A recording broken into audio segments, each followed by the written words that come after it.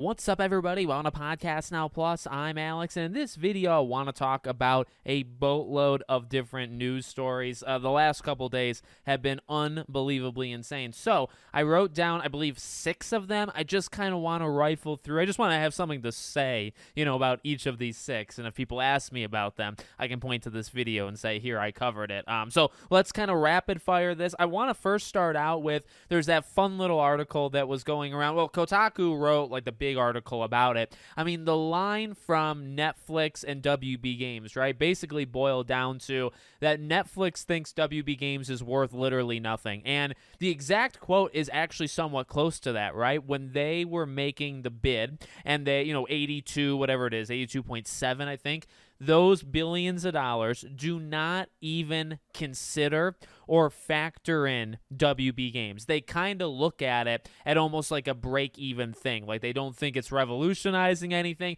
They do appreciate it for what it's doing in gaming, but it's kind of like it's a write-off. It's not going to radically change the price. In fact, it's not going to change the price literally at all. They didn't even think about it when they offered the price. Now, I do think that's a very, very bad sign, by the way, in that Netflix has already shown that they don't care about their own gaming studios.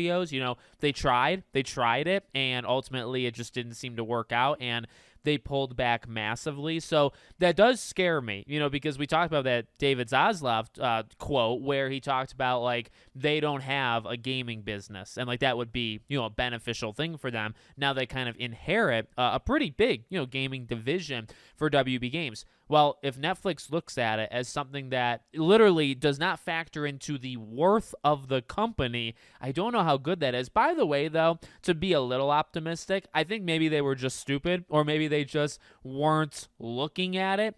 Because if you actually do look at it, yeah, you have the Suicide Squads that I'm sure lost a great deal of money, but like Hogwarts Legacy has sold like almost 40 million units. That thing has made money. That one game and that one property, and the fact that WB Games, has a studio that's constantly working on those games, that has to be worth something, right? If you sold off Avalanche and you sold off like the Harry Potter IP, you'd have literally a bidding war going on to try to get it, because that that's going to make money. So I would argue that they do have things that are worth quite a bit, because I think when they said it, they were like, in the grand scheme of things, it doesn't mean much, right? Like, compared to the big dogs, compared to like what we're actually putting this $82 billion towards, the gaming stuff doesn't really hold a candle. Yeah, maybe that's true. Like, the gaming division's not worth $82 billion, right? Okay, so that was that one. Rapid firing this next one. I think this is pretty quick. So Saros is confirmed to be at the Game Awards, a new look at the game. It was actually one that I had predicted when I did my PlayStation prediction video for the Game Awards. And as I said there, and as I would say now, just makes sense. It's a game that's coming out in March, just a few months away. It's the closest one, unless the Metroidvania God of War comes out like shockingly early, which it doesn't seem like it's going to. Saros is the next big thing, and even though you show it off a few times and it's not going to necessarily move the needle, it is, I think, like a worthy showing. I'm excited for it. I'm very, very excited for the game to actually come out. It's kind of why I wanted to skip it. I don't really need to see anymore. I know I'm going to get the game day one no matter what. Let me just play it, at this point. Another one that's kind of interesting, Don't Nod. Now, Don't Nod has confirmed that they say dress for the occasion, right? That was kind of their line, and they say December 12th. Now, converting time zones, because they're not in the United States, converting their time zone, it actually does line up to the Game Awards. They were talking about December 12th, but it'd be like December 12th in the morning, which December 11th at night is the Game Awards. So Don't Nod is going to reveal something, and I think it's a little bit split amongst fans of like what it's going to be. I really think it's that Stranger Things thing. I really do. I think originally I saw it from Facebook, or I didn't see it. They posted it. At least one of the ways they posted it was from the Lost Records Twitter, but that's kind of like the one that Don't Nod like leads with. It doesn't necessarily have to mean anything. I don't know if they would announce like a Tape 3 or like a Lost Records 2.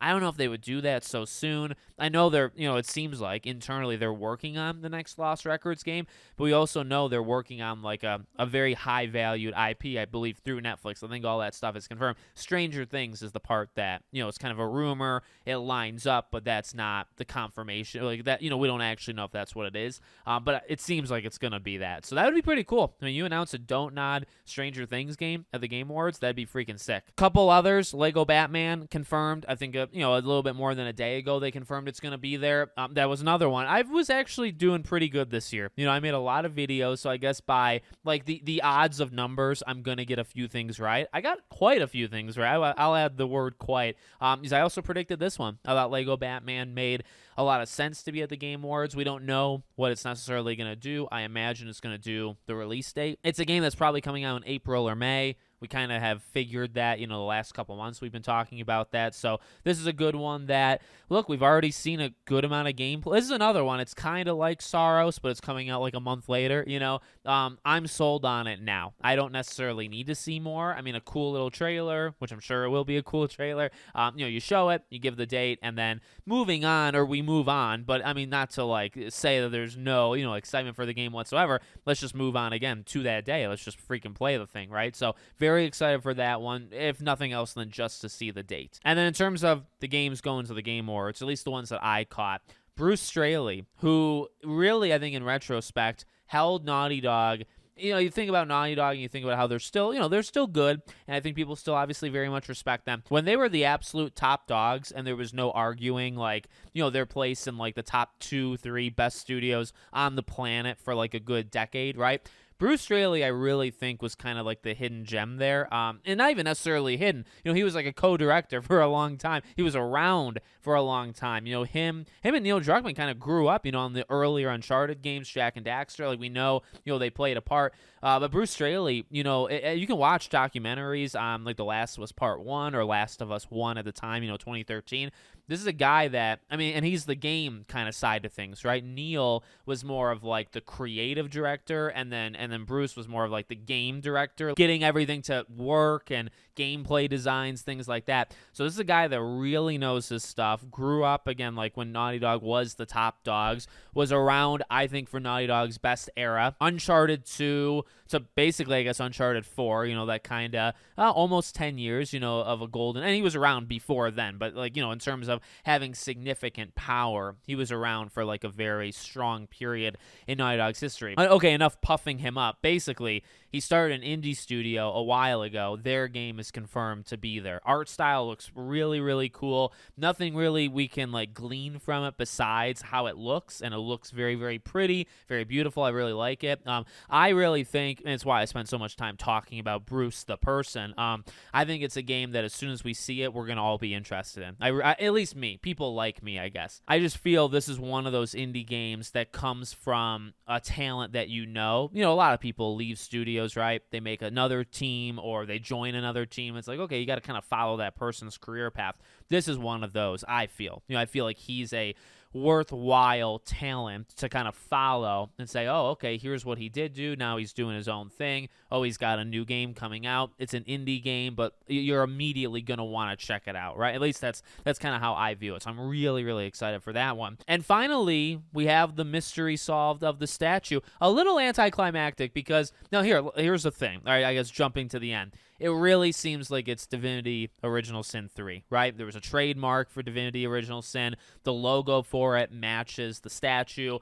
It does very much line up. Now that you have that logo in your mind, now you can look at the statue and say, how could we not have known it was? And some people did predict it. Some people predicted it like a week ago. I know Mr. Maddie Plays. I think he bet on it a few days ago. He even like put in his final prediction. So I definitely know there's people out there that thought that's what it was. Even around like the Diablo time and God of War time, there are people saying it. Not a ton, but definitely people. And it's not that that's not exciting. I think this is Larian at their strongest. This is their, by the way, peak. This is where Larian is on top of the world, and I think any game they make is going to be one that all of us are going to be greatly interested in. I really was hoping, and I mean, look, I look at rumors, I look at leaks, so a lot of this I do it to myself. I'm not really blaming anybody per se, but I would have liked liked us to have kept the mystery. And I guess like no one had found that trademark, right? I would have liked to keep it that way until the Game Awards, keep it a surprise, even if it ends up just being. And again, like the way I say that, it's like, oh, it's a disappointment. I think a lot of people, including myself, would be very happy with Divinity Original Sin 3. It's just that, I wanted to wait until, the actual Game Awards. That's okay, though. I'm sure, look, for all the stuff that's rumored, all the stuff that's confirmed, Jeff is going to have a few surprises. I would imagine there's probably 2 to 4 games, big games, that have not, and he's not going to say anything about until that day, and that's what gets me excited. That's what makes me wake up in the morning. So let me know what you guys think. Make sure, as always, you're subscribed to the channel, bell icon turned on, and I hope to see you all on the next one.